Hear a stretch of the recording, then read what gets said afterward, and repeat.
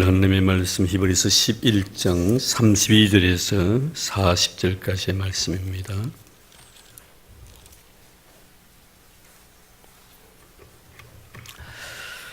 히브리서 11장 32절에서 40절까지의 말씀. 우리 다같이 한 절씩 교독합니다. 내가 무슨 말을 더하리요? 기도온 바락 삼손 입다 다윗 및 사무엘과 선자들의 일을 말하려면 내게 시간이 부족하리로다.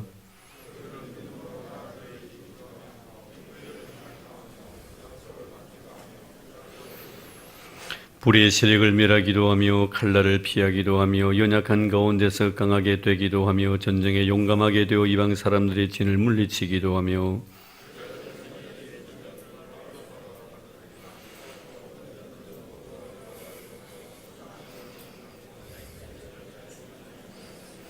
또 어떤 이들은 조롱과 채찍뿐만 아니라 길밖 옥에 갇히는 시련도 받았으며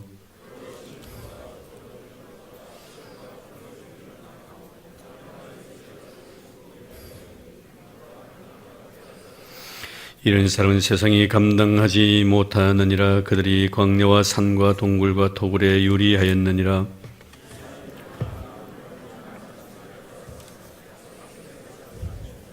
같이 봉독합니다.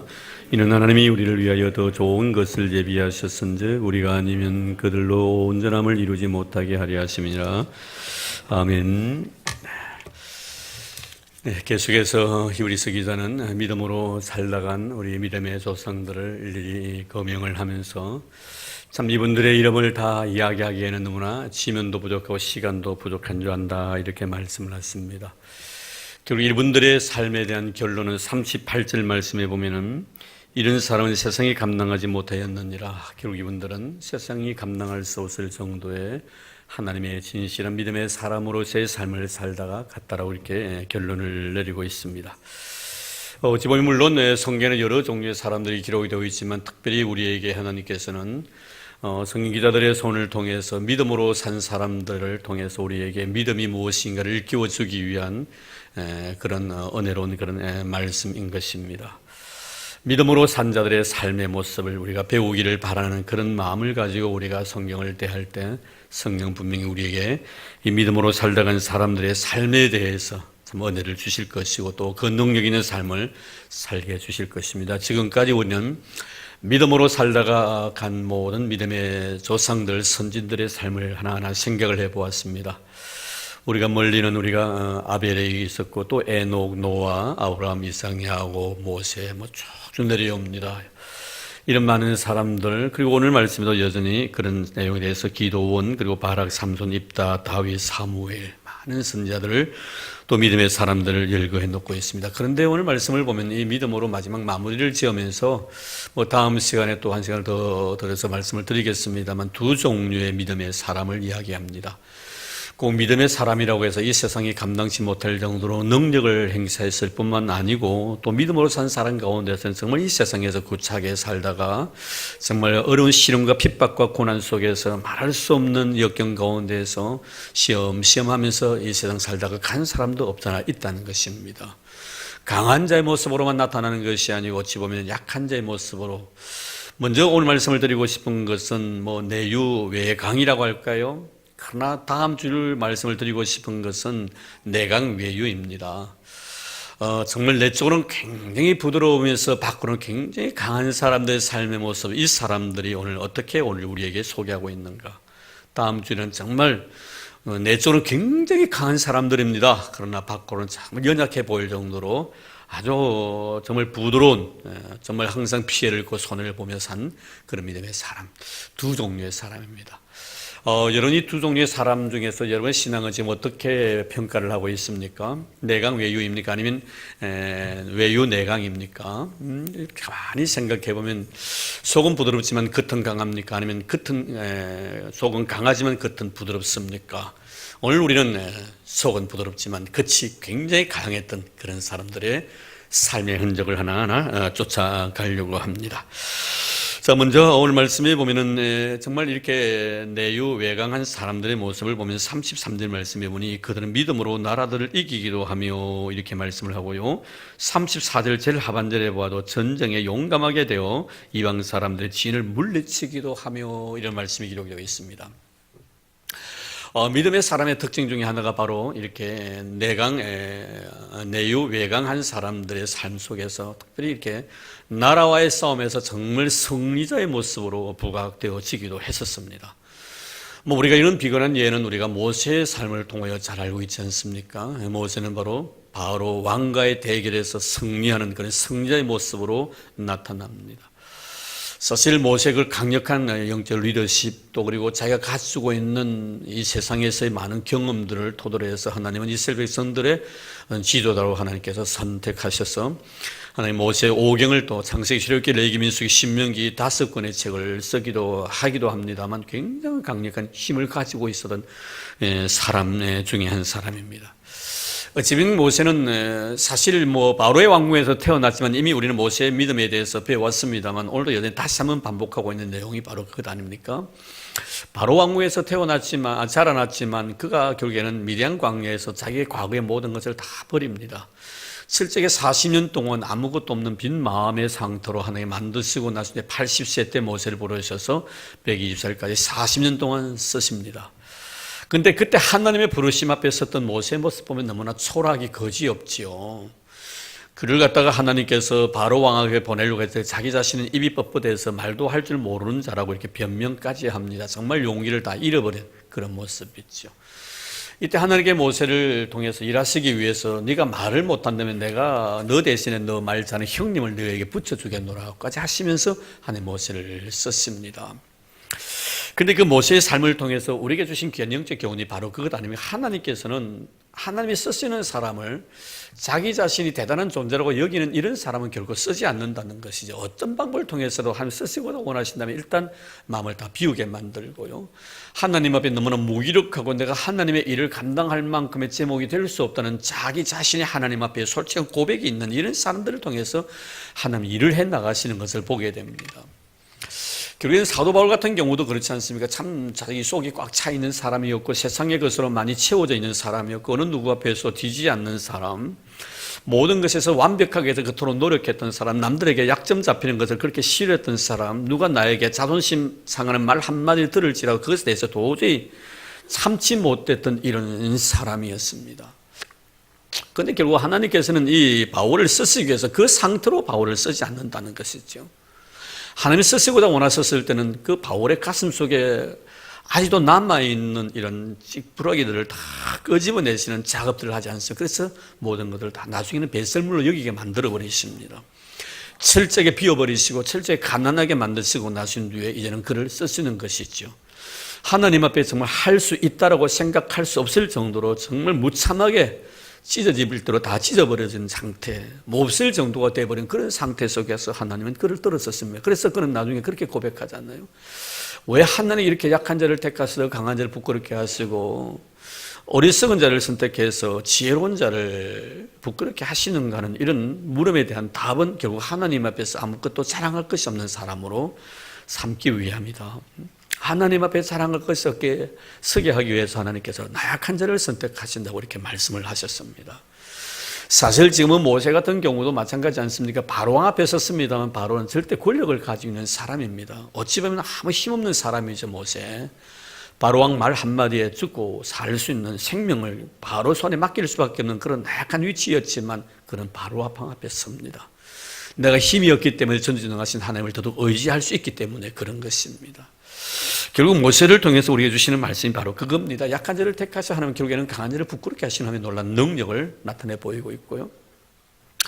또 여호수아 같은 경우도 마찬가지로 전쟁에 승리한 내용이니까요. 여호수아 같은 경우도 마찬가지잖아요. 여리고성을 갖다가 이렇게 무너뜨리는 사건 속에 보면 결국 하나님께서는 철저하게 하나님의 말씀에 훈련받고 그 말씀에 순종하는 자를 통해서 역사하시는 주의 모습을 봅니다. 우리가 성경 전체를 갖다 큰 어떤 안목에서 바라보면 공식은 분명합니다. 하나님의 위대한 놀라운 역사는 어떤 과정을 통해 이루어지는가? 제일 먼저 하나님의 말씀이 선포되어지죠. 이 말씀이 선포되어졌을 때 그 말씀에 어떻게 내가 반응하느냐에 따라서 결과가 다르게 나타난다는 걸 분명히 압니다. 우리가 하나님의 말씀이 먼저 선포되어지고 그 말씀에 순종하느냐 불순종하느냐 문제입니다. 순종할 때는 분명히 그 순종에 대한 아름다운 기적의 역사를 경험하게 만드는 것이지요. 놀라운 열매를 보게 만드는 것입니다. 결국 여리고성 사건도 그렇고 나라 대 나라가 싸워서 이기는 이 사건들을 보면 바로 모세와 바로 왕과의 대적에서도 마찬가지입니다. 하나님의 말씀이 선포되어지고 그 말씀에 네가 순종하느냐 순종하지 않느냐 이것을 보는 거죠.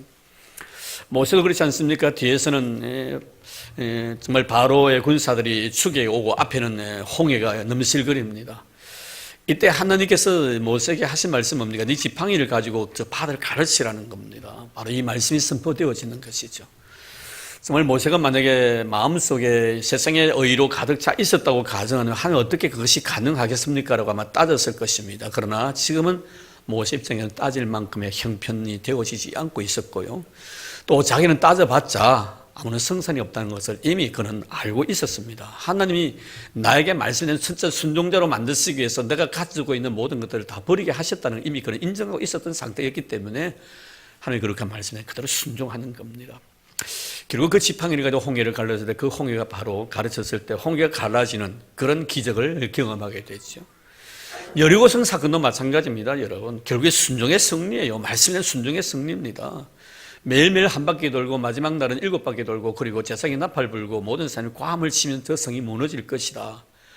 이런 결국에는 그 말씀은 철저한 순종이죠. 그 순종의 결과로 인해서 여리고성이 무너지는 것을 봅니다.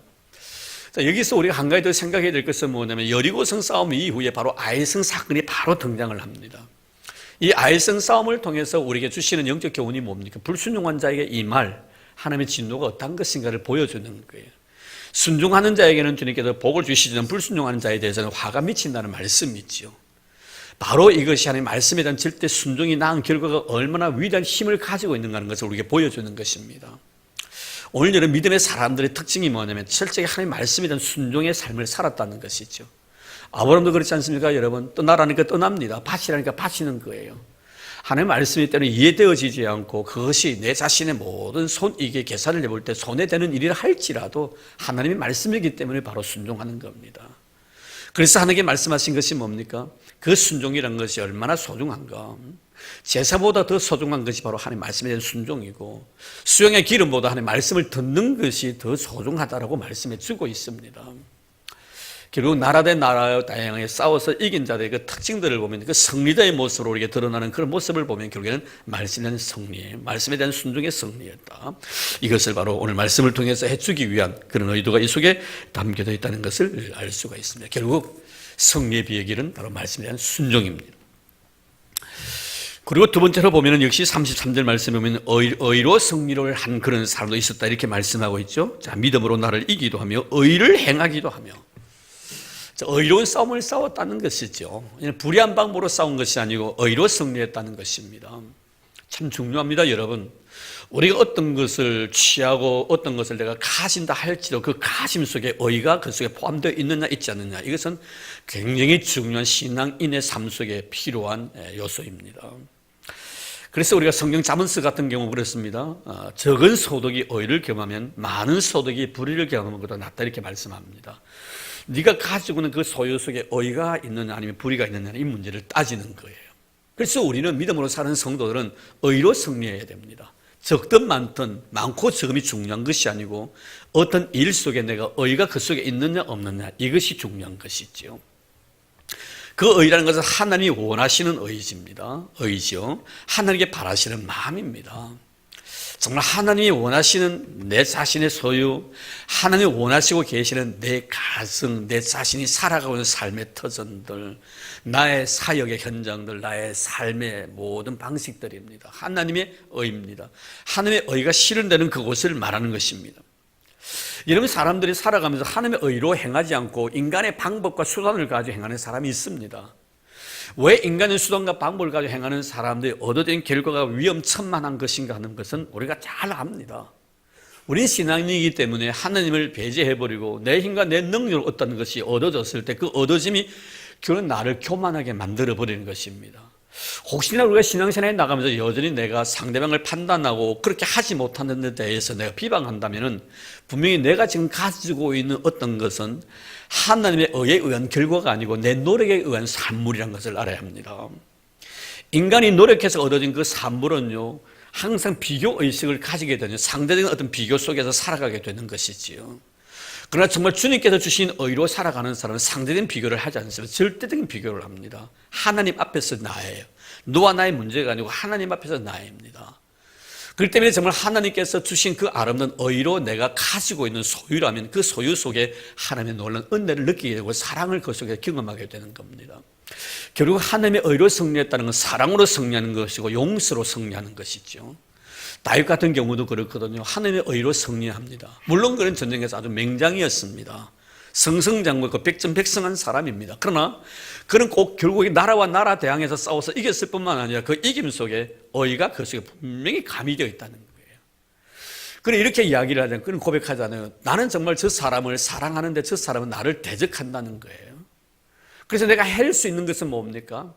나는 저 사람을 사랑하지만 저 사람은 나를 대적하니 나는 하나님 앞에 기도할 뿐입니다 라고 이야기를 합니다. 참 이게 바로 여러분 의의 승리예요. 의로 승리하는, 사랑으로 미움을 정복해 나가는 겁니다. 하나님이 원하시는 것이 바로 이거거든요.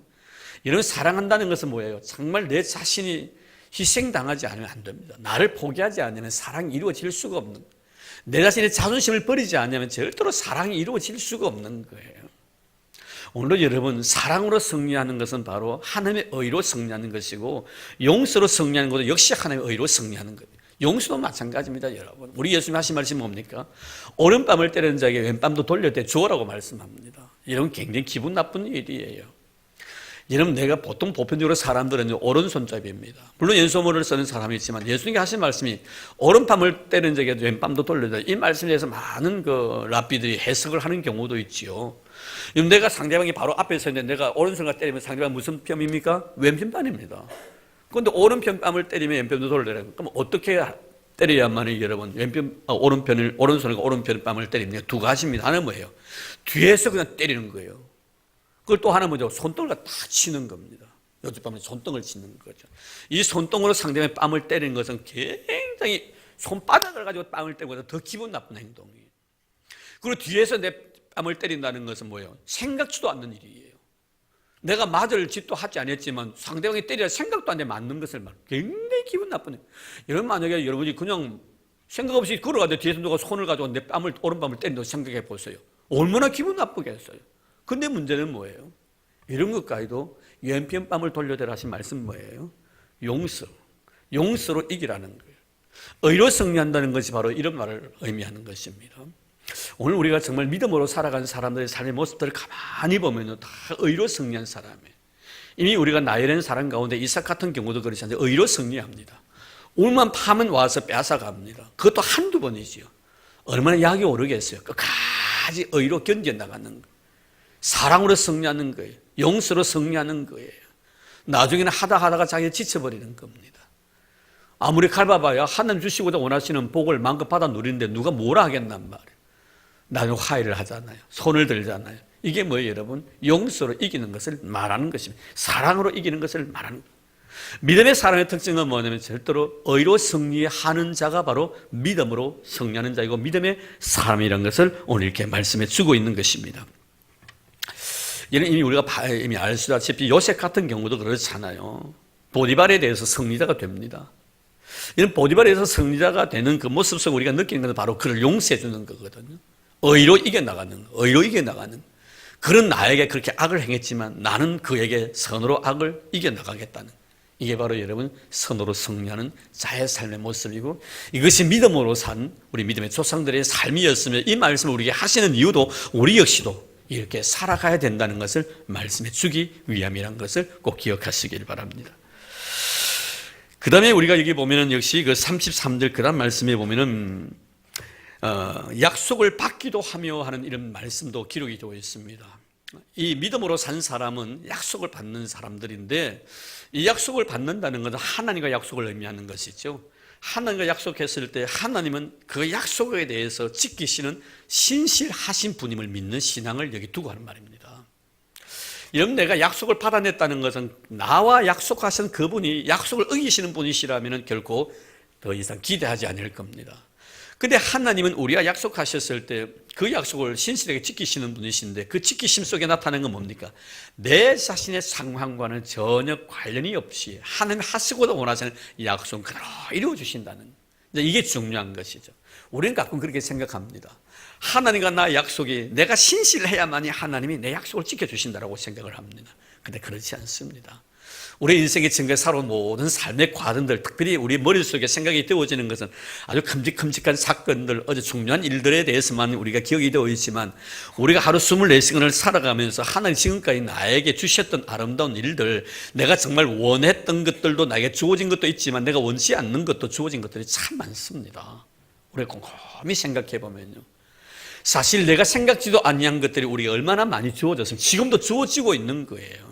엄청난 복을 내가 받아 누리고 있는데, 결국 하나님이 나에 대한 약속에 대한 신실성이라는 것은 내 자신의 의지나 내 자신의 행동 자체에 상관치 않고 그분이 이루시고자 원하시는 때가 되면 꼭 주신다는 것이죠.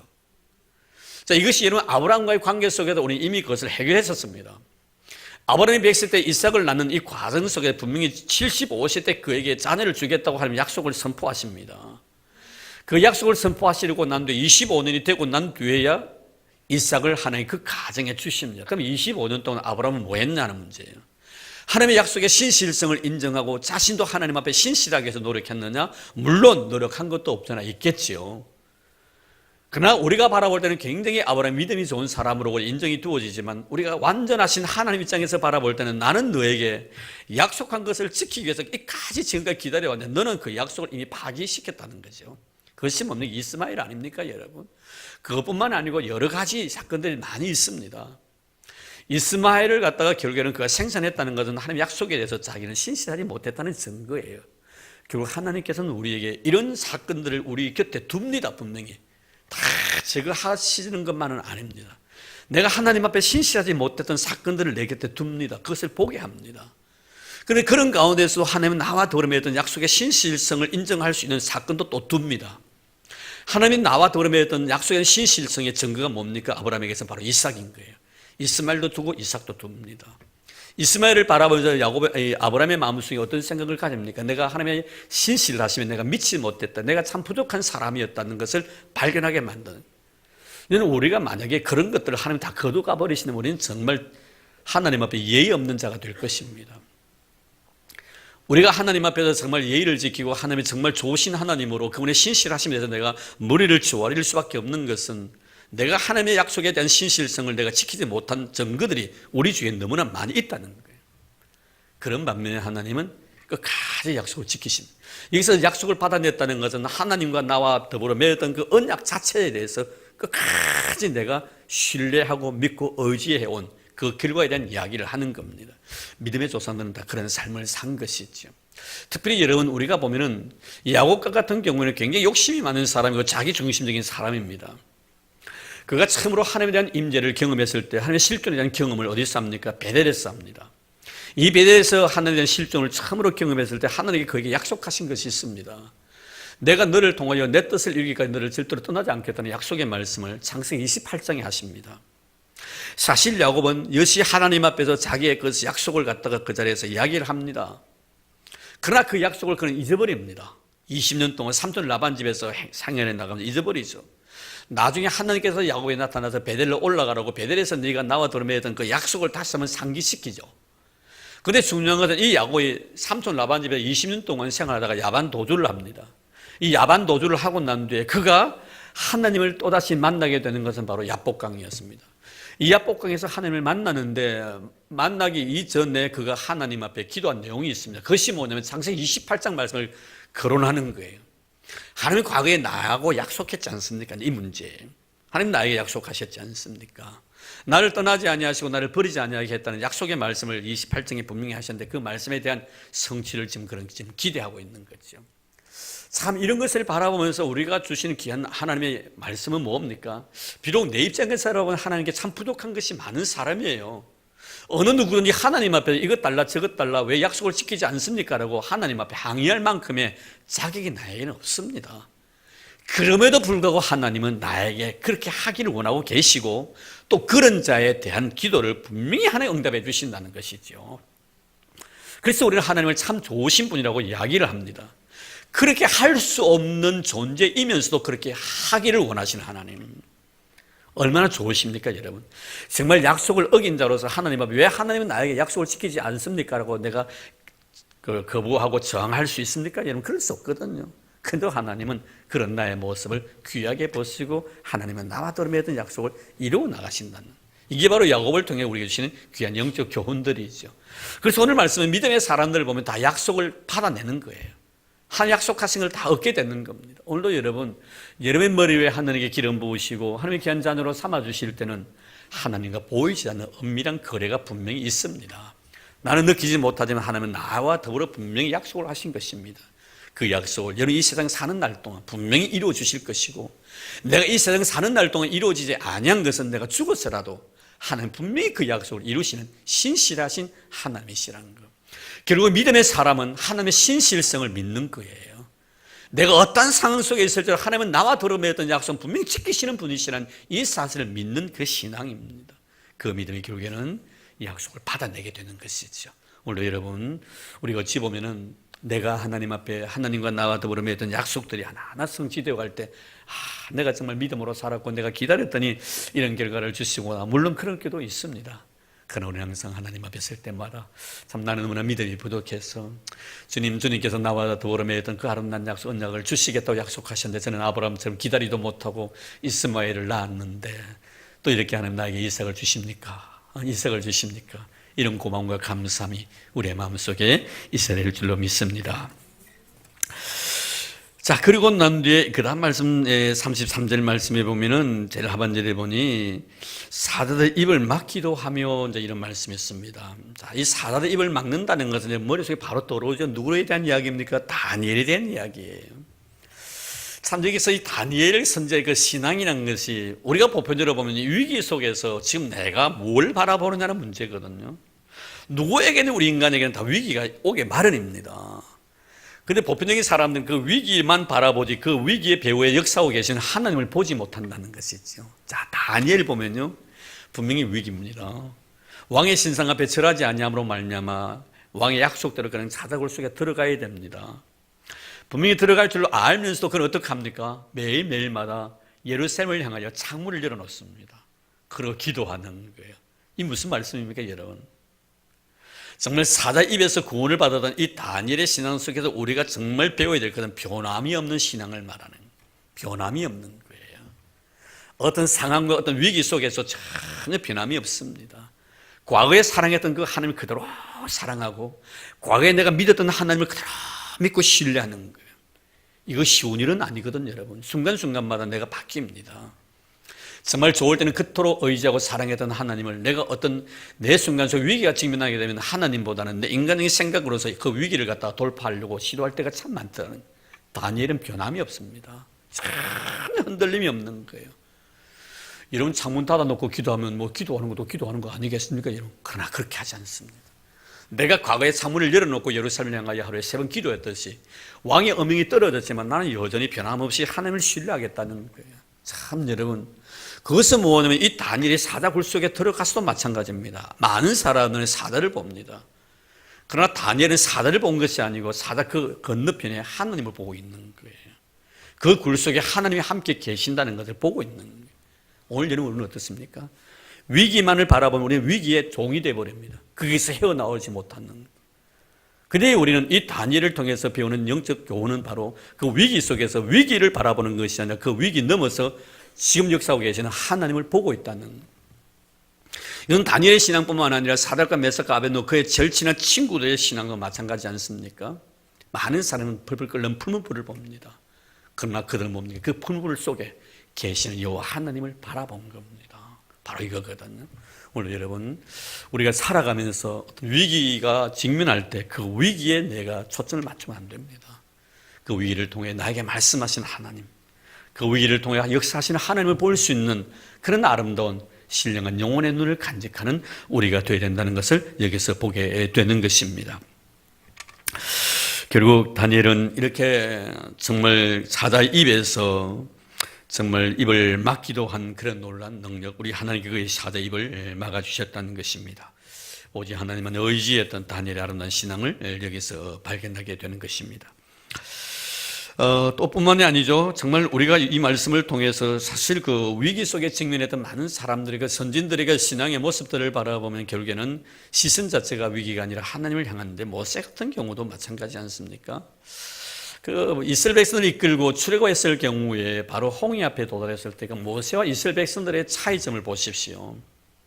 이스라엘 백성들 눈 속에 뭐가 들어오는 것입니까? 바로 바로의 군사들이 들어오고 앞에는 물이 보입니다. 홍해가 보입니다. 근데 그것을 보니까 어떻습니까? 거기서 헤어나오지 못하고 하나님을 원망하고 모세를 원망하는 이스라엘 백성의 모습을 봅니다. 왜 우리를 끌어내가 여기서 죽게 하느냐고. 우리가 뭐 매장지가 없어서 그러냐고 이렇게 막 원망을 합니다. 이때 모세가 한 말이 뭡니까? 여러분 그렇게 요동하지 마시고 가만히 계십시오. 그리고 지금 하나님께 우리를 구원하시기 위해서 준비하고 계십니다. 가만히 있어서 하나님이 구원하시면 바라보시오 이렇게 합니다. 모세는 홍해를 보지 않습니다. 바로 군사도 보지 않고 하나님만 보는 거예요. 이게 여러분 믿음의 사람과 믿음이 없는 사람의 차이점입니다. 크지 않은 것 같지만 굉장히 큰 차이가 나는 것이죠. 저는 우리 성도들이 어떤 위기 속에서 홍해를 바라보고 바로 군사를 바라보는 자가 아니라 모세처럼 하나님을 바라볼 수 있는 가만히 있어 하나님 우리를 어떻게 구원하시는가를 보기만 하라. 이런 믿음의 사람 되기를 주의 이름으로 축복합니다. 자, 그러고 있는데 우리가 오늘 마지막으로 한 가지 더 생각해 볼 것은 뭐냐면 이제 연단에 대한 말씀을 이렇게 하시고 있는데 34절 넘어가 보겠습니다. 불의 세력을 멸하기도 하며 칼날을 피하기도 하며 연약한 가운데서 강하게 되기도 하며 이렇게 말씀을 합니다. 오늘 34절까지만 우리가 생각을 해보겠는데요.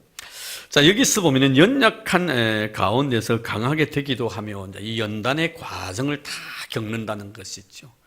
믿음의 사람 치고 연단의 과정을 겪지 않는 사람은 한 사람도 없습니다. 온 세대에 자라나는 화초는 하나도 없더라 이 말입니다. 다 야생화들이다 이 말이에요.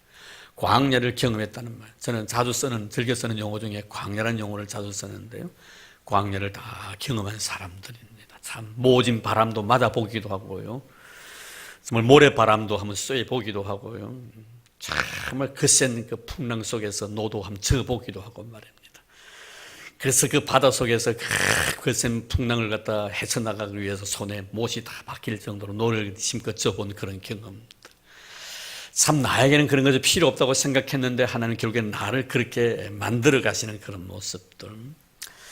이는 정말 광야를 경험했던 그런 사람들의 삶을 갖다가 여기서 말씀하고 약한 자를 강하게 만드는 하나님의 모습. 오늘 여러분 그렇습니다. 믿음으로 살아가는 사람들을 치고 광야를 경험하지 않는 사람은 한 사람 없다는 사실을 꼭 여러분 아시길 바랍니다. 여러분 어려움이 없기를 바라지는 마십시오. 물론 어려움이 없이 우리가 평안한 가운데 예수를 믿으면 얼마나 좋겠습니까? 그러나 하나님은 그렇게 우리를 훈련시키지는 아니하실 것입니다. 부모님이 여러분들을 어려움 고난에 용광로에 집어넣어서 순금과 같이 뽑아내실 것입니다. 욥 보십시오. 얼마나 그는 동방에 의인으로서 참 행복하고 평안한 삶을 살았습니다. 그러나 그에게 여전히 하나님은 그에게 연단의 과정을 거치게 만듭니다. 결국 그 아픔을 통해서 그가 고백했던 것이 뭡니까? 믿음의 사람의 고백이에요. 여러분 참 보면요. 믿음이 없는 사람들은 고난 가운데서도 하나님 원망하고 죽어갑니다. 욥의 아내처럼 말입니다. 그런데 욥은 보십시오. 내가 가는 길을 오직 그만 하신다는 게 그렇습니다. 이게 바로 여러분 하나님 앞에서의 고백이에요. 아무도 모릅니다. 내가 가는 길을 그분만이 아십니다. 그분만이 아십니다, 여러분. 누가 내 곁에서 이러니 저러니 이러쿵저러쿵 이야기하지만 그저 참고로 들을 뿐이에요. 내 인생의 길을 그분만이 아십니다. 그런데 그가 고백한 것이 뭡니까? 나를 단련시킨 후에 내가 정금과 같이 나오리라. 할렐루야. 정금과 같이 나오리라. 이게 바로 욥이 가지고 있었던 광야를 경험한 사람의 신앙 고백이에요. 결국 정금같이 나온다는 말은 뭐예요? 이 고난의 과정을 통해 나에게 더 좋은 길로 인도해 주신다는 의미예요. 나를 갖다가 실망시키기 위함이고 나를 파괴하기 위함이고 나를 절망시키기 위해서 나를 버리기 위해서 나에게 끝까지 고통을 주게 하기 위함이 아니라는 이런 고난의 과정을 통해 내가 정금같이 나오리라. 참 이런 신앙 고백을 들으면서 우리에게 주시는 귀한 영적 교훈이 바로 그거다. 믿음의 사람들은 내 현실의 고난 자체를 거룩한 믿음으로 승화시킨다는, 거룩함으로 승화시킨다는, 하나님의 은혜로 승화시킨다는. 결국 바울도 그렇죠. 육체의 가시를 통해서 그가 하나님 앞에 고백한 것은 뭡니까? 내가 약함으로 강하다는 거예요. 내가 약함으로 강해진다는. 그 강함은 뭡니까? 하나님이고 약함은 그게 나예요. 내가 약해질 때 하나님의 강함이 더 부각되더라 이 말이에요. 결국 하나님께서 하나님 당신 자신의 위대성을 나를 통하여 나타내 보이시기 위하여 나를 약한 자로 만드셨다. 이 고난의 과정을 광야의 길을 걷게 하셨다라고 고백을 하고 있습니다. 우리 믿음의 선조들의 모든 삶들은 다 광야, 정말 비바람 몰아치는 그 광야를 경험했던 분들이었어요. 여러분 혹시나 평생 동안 이런 십자가를 지고 가야 될 내 자신의 운명이라면은, 내 마음속에 드는 육체의 가시를 나게 주셨다면은, 이런 고난의 과정을 통해 하나님의 의도하시는 바는 나를 더 증금과 같이 나오게 하기 위한 하나님의 거룩한 의도가 그 속에 있다는 것을 꼭 기억해서 오늘도 믿음으로 살다간 이 모든 사람들, 그 많은 고난의 과정 속에도 결국에는 세상이 감당치 못하는 능력 있는 사람들이 다 되었습니다.